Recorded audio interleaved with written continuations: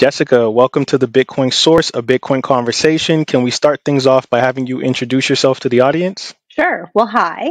I'm Jessica Levesque. I'm the executive director at C4, which is short for the Cryptocurrency Certification Consortium, which is clearly a mouthful, which is why we go by C4.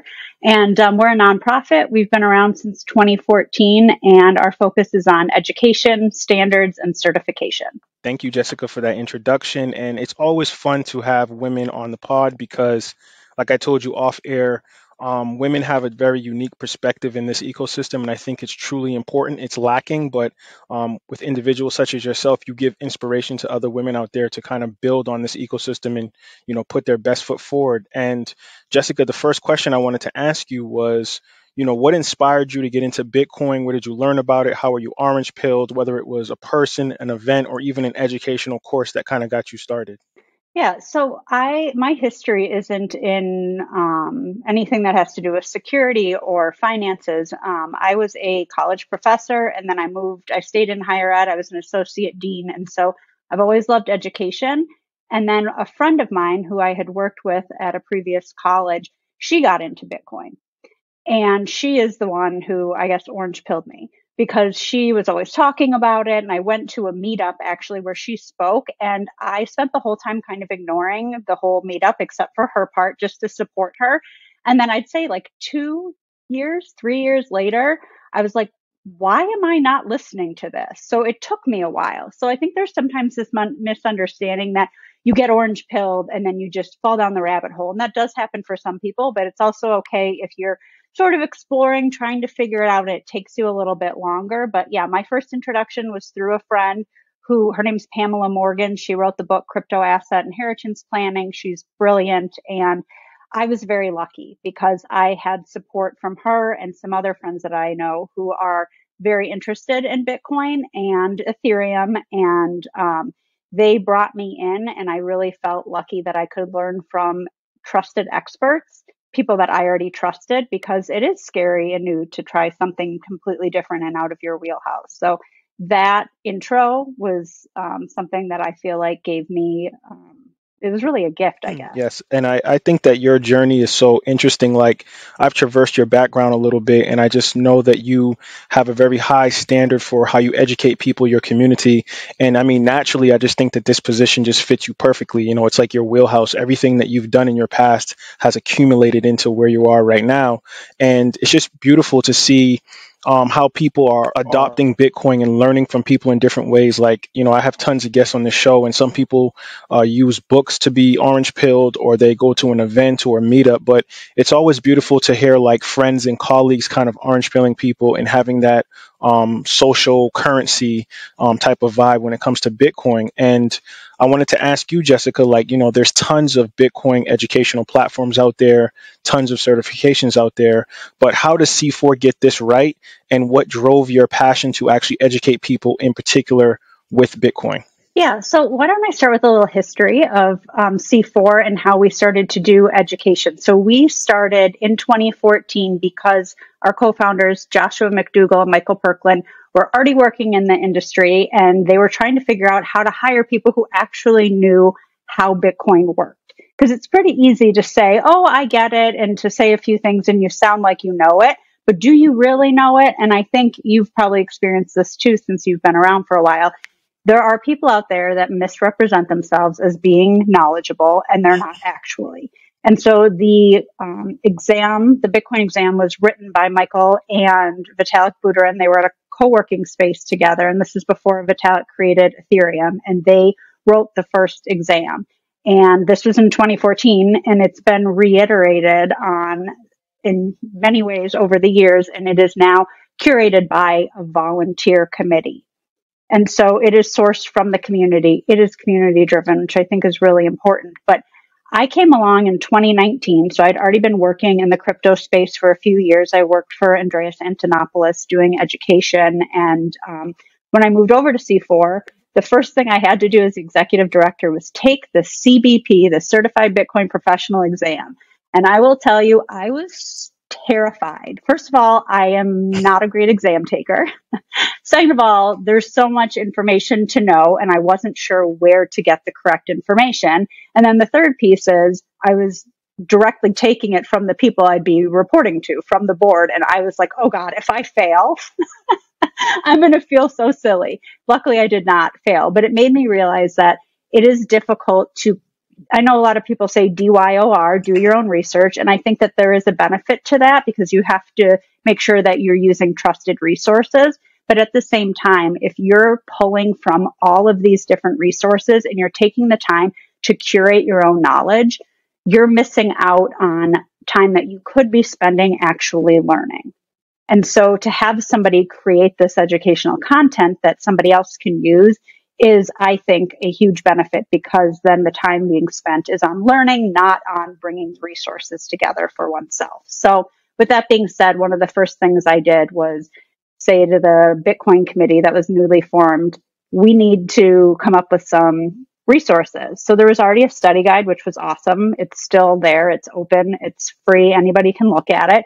But then we also created a prep book and a course to prepare people because rather than spending the time trying to put this information together, instead they're spending the time studying, taking the exam, and then going out and actually using these skills in the workforce and being able to prove that they have this knowledge. And I think that's a much better use of time. And my thoughts on that, I would say, is, we live in such a litigious society that, there's so many, I don't want to say lawsuits, but just the crypto ecosystem is so based around, the SEC and Gary Gensler and some of these protocols where there's people out here kind of promoting cryptocurrencies or educating people on cryptocurrencies to do a particular buy, sell, or trade. And I just think that when you have a solid foundation of certification, that kind of allows people that are viewing you as an audience member to kind of have a little bit more confidence that what you're telling them is actually true, and you're following the guidelines of a certification platform such as C4 that has stringent policies and rules and educators that really know what they're talking about, such as yourself. And I will say this too, Jessica, that when I was studying for my exam, there was a couple things that I did that I felt really helped me, and it might help other people in the audience, which is there was a YouTube course that Andreas Antonopoulos had kind of prepping you for the exam. I give that a thumbs up because that was super helpful for me. Like that was yep. Yeah. And then there was one that you had very recently where you were talking about securing your Bitcoin and keeping it safe. That was extremely helpful for me. And I just think that taking those or watching those per se in conjunction with having the prep exam, it's like a straight shot. And I just wanted to thank C4 and yourself for bringing that exam to light because it really has helped me as a podcaster and a YouTuber that when I talk about Bitcoin, I have some validity and certification to back up exactly what I'm talking about when it comes to Bitcoin. I love that. And I do love that the information was brought together by a bunch of different people with different experiences and different belief systems so that it is as unbiased as I think you can get. That's my opinion, which is obviously biased. But I do think it's important that it is brought together from people who have different understandings of the technology and different thoughts on what it can be used for. Because if it's just one person's perspective, if you're proving your knowledge based on one person's point of view of what knowledge is important, then you could be missing a ton of other key pieces of knowledge. So I think that the way that this was created is really important. And the exam is, well, I should back up. The exam was created and then the content based on it. So you will have everything you need to know to pass the exam, but it's not like, here's content that you should just know and study for to pass. It's actually usable. It's things that you'll come across, that you'll be asked or it'll be brought up that you do want to know and feel like you have that proof of knowledge, which is for me why I maintain my CBP. I actually just got an email yesterday or the day before saying that I needed to renew it soon, and which I will be doing so. But my first thought was, oh gosh, how much has it changed? And am I prepared still? And I thought, well, that's a kind of a good question, which is the whole point of it. Will I pass? I assume so. But I do think that there's always that question, do I know everything that's going on right now? And this is the way to prove it to ourselves. And kind of, it's like that little, feather in your cap that you really do get something. Yes. And this question might be subjective, but what are the benefits of being a certified Bitcoin professional? Of course, everybody has a different approach and a different way of answering that, but I just want to hear your personal perspective on what do you think the benefits of having a certification would be? Yeah, well, for me personally, when I first got mine, I was just like, oh, yes, I actually get it. I feel it gave me this confidence that I didn't have before I passed it. I do know that, though, that it also really benefits people that are working in the professional, not necessarily professionally in crypto or in Bitcoin, but working professionally in a company where they need to understand Bitcoin. So for lawyers, for accountants, for anybody who is maybe like adjacent to Bitcoin, people even working in traditional finance, it's important to understand how this works. And that is something that it's difficult to prove. And one of the things I love about our exam is the first part of the exam is that you have to pay in cryptocurrency. So if you don't know how to use crypto, then you can't become a certified Bitcoin professional. And that came about before I was a part of C4. And I just think that it's a wonderful idea to have that be that first test of knowledge. Yes, and I agree with that. And I've seen C4 floating around for a long time, a couple of years now. And the first person I knew that was certified was Isaiah Jackson, also known as Bitcoin Zay. When his book Bitcoin in Black America came out, I saw on the back of his book that he was a certified Bitcoin professional. And I was like, oh man, I definitely want to get that certification. And then I was like, wait a minute. $99 in Bitcoin. And at that time, I was like, I'm not parting with my Bitcoin. I'm not giving anyone of my Bitcoin. But then as I've kind of evolved in the ecosystem and understood the importance of having a certification, like I mentioned earlier, parting with that $99 was easy for me because I understood that that certification would gain me more in value than the $99. So I agree with that. I think that the certification route is definitely needed, especially with all the FUD and the disinformation and misinformation that we're getting from mainstream media or just people just speaking about crypto, but they haven't really proven that A, they know how to use it and can pay with it, and B, study, take an exam in 20 minutes, 75 questions, and pass. So C4 is doing a great job on that front. Yeah, thank you. And I think you've talked about this before. Maybe you and I just did, but we have short attention spans, and the exam is Yep. just 20 minutes, and it's pretty quick to go through and do it. But it's also a lot of content, so either you know it or you don't. 100 questions in 20 minutes it's rapid fire, so you don't have time to go and look up what is a private key. Either you know what a private key is and how it works, or you don't. So it's a quick way to prove that knowledge. And like you said, it's $99, and then you also pay a certification fee. So it comes to a total of $140 USD. And you will see other certifications out there that are hundreds. Some courses are thousands of dollars. And the reason that our prices are so much lower, I mean, our course is, I think, $60. It's because we believe that Bitcoin should be accessible to everyone. And if you go to some countries where there's high inflation or the exchange rate varies widely, some of these people can't afford it. And I think that really negates the purpose of Bitcoin. So I don't see Bitcoin as something that's just an investment. I see it as something that we can use and can bank the unbanked and really change the world with it. And if we don't have the ability to provide resources to those who probably need it a lot more than those of us that live in the US per se, these people need access to these resources, which is why we have a lot of our content for free on YouTube, our study guides free.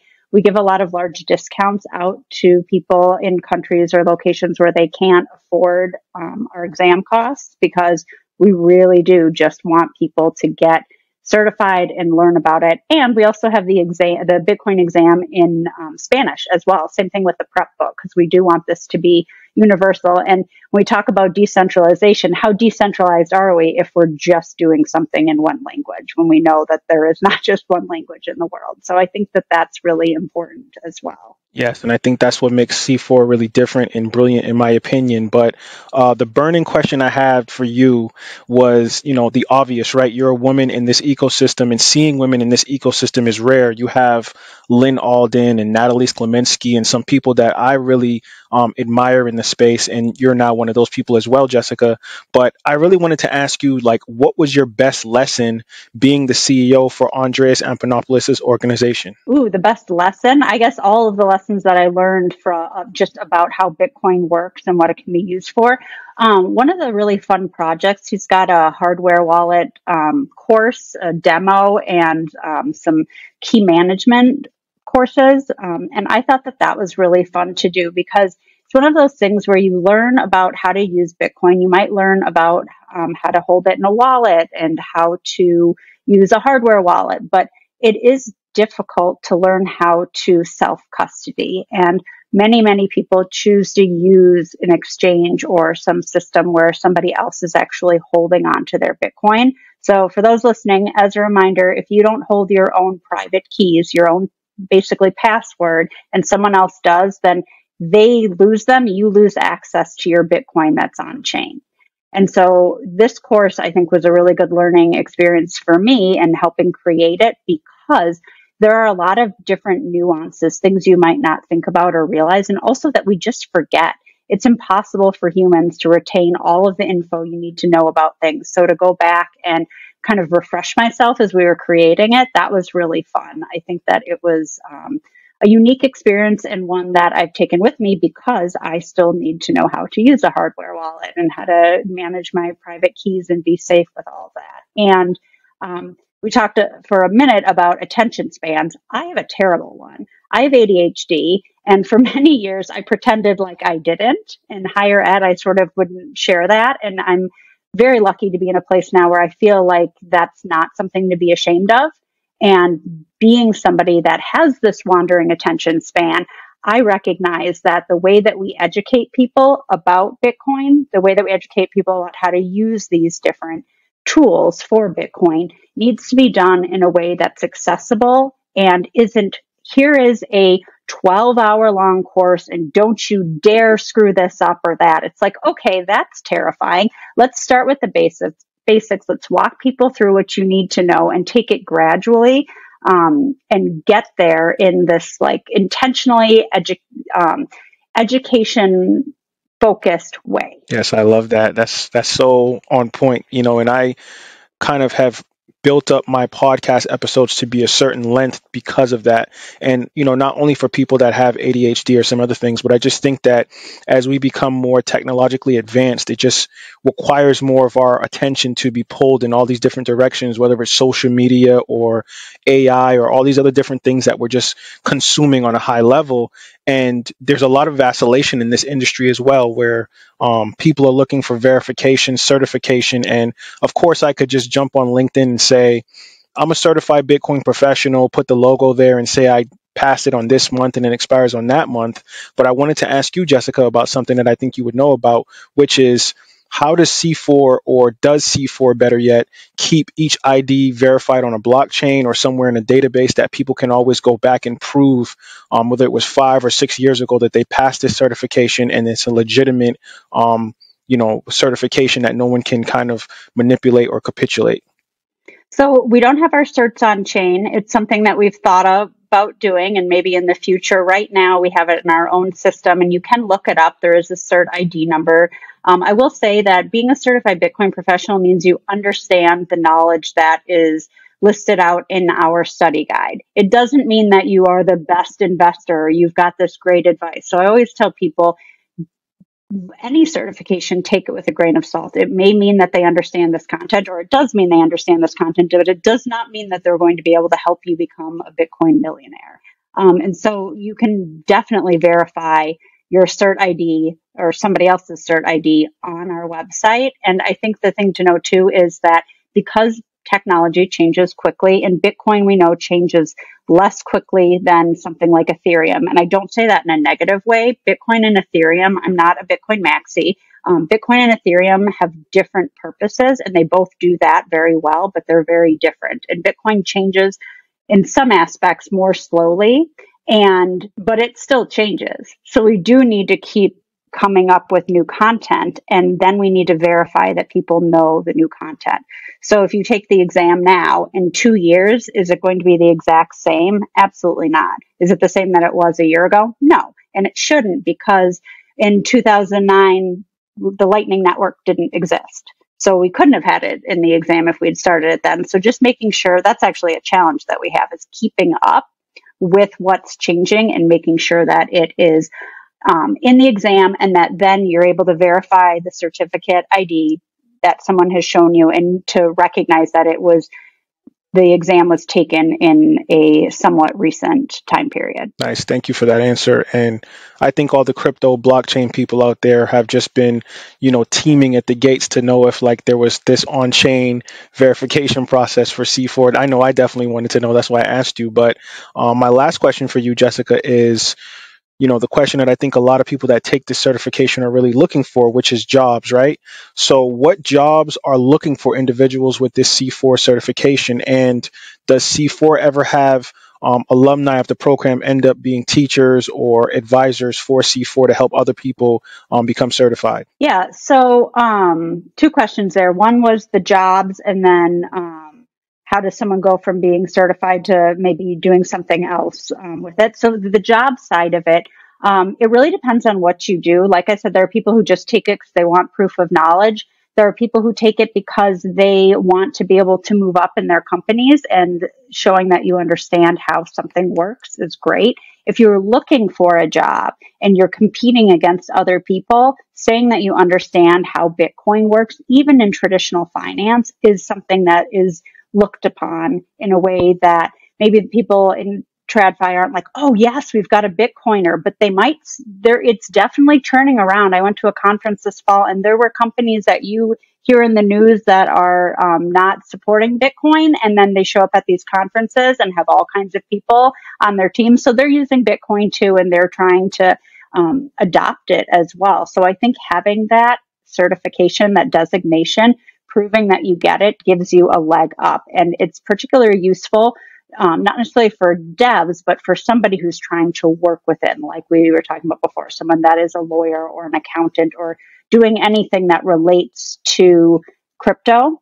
And you need to be able to prove that you can be the expert on your team or at your company, and then you can be looked to for any role that is related to it. And as your company likely will continue to adopt Bitcoin and other cryptocurrency and Web3 facets, that you're able to be that, that person. And doesn't it feel good to be that person that's like, yeah, I know this and I can prove I know it. Like, that's such a important feeling, I think, that we get to experience when we learn something and have proved that we've understood it. And then your second question was kind of the next steps. If you're a CBP, is there something else? Is that what you were getting at, that you can do with it in terms of C4? So I will say that all of our committee members have taken the exams for the committees that they're on. So our Bitcoin committee, our chair is Dirk Anderson, who is an amazing guy, and he still takes the exam. So he started like that. And what we do is, as people take the exam, if they want to volunteer with C4, we have a form on our website where people are able to fill it out, start to volunteer, help us create content or whatever it is that they're good at, basically, that relates to Bitcoin. And then they're able to move forward. So, for example, our Bitcoin committee isn't the same as it was a year ago. So we added Anita Posh. She wrote the book, Learn, Earn Bitcoin. And she's incredible. She is, I think she's in Zimbabwe currently, trying to bring Lightning Network to individuals there. It's really amazing. But so, she was brought on because she was already interested in C4, was doing a project with us, and it kind of led to that. So when we say we're community driven, we mean it. People who take the exam, prove their knowledge, then show that they're dedicated to education standards, certification, and working with C4 can start to become part of the process to actually curate these exams. Because again, if it's just a couple people who are doing this and they make all the decisions, it's not community driven, which goes against the ethos of having peers involved in this protocol and within this space. Yes, and having people like Andreas Antonopoulos, I'm not sure if he's on the board of directors. I forgot what his role was with He C4, is. but just for yeah, so for me, just like looking at all of his videos and how he's orange pill so many people, I still reference his videos from time to time, and I just think that he has this blockchain cryptocurrency aspect down to a science, and to see someone's name on there like him, it really gives a lot of validity and understanding to people in the ecosystem to say, okay, I've read Mastering Bitcoin, so I definitely know that if this course is being kind of surveyed by someone like Andreas, that he's leading us in the right direction to be certified and to be knowledgeable about Bitcoin. So I think it's really fascinating and awesome what C4 is doing. But Jessica, to wrap this up, I want to thank you for having such an awesome conversation with me. I learned a lot about what you're doing in the space and what you're continuing to do in the future. But before we go, can you give people your social media handles and anything else that you want to tell people about C4 before we go? Sure. C4's website is cryptoconsortium.org, and our LinkedIn and Twitter and Instagram is Learn More with C4. Learn from us. We want to increase the knowledge in the space and increase the number of people that are able to prove that they understand how Bitcoin works. Yes, definitely. I agree with that. Everybody go out, check out C4's website. If you're interested in learning or trying to be certified in these particular industries, definitely look into what they have going on. I'm certified. I took the test, I studied, and I passed. So you definitely can pass. Don't be scared or flummoxed that the questions are too hard, and just go out there and continue to be the best people you can be. Thank you, Jessica. Thank you so much. This is great. Appreciate it.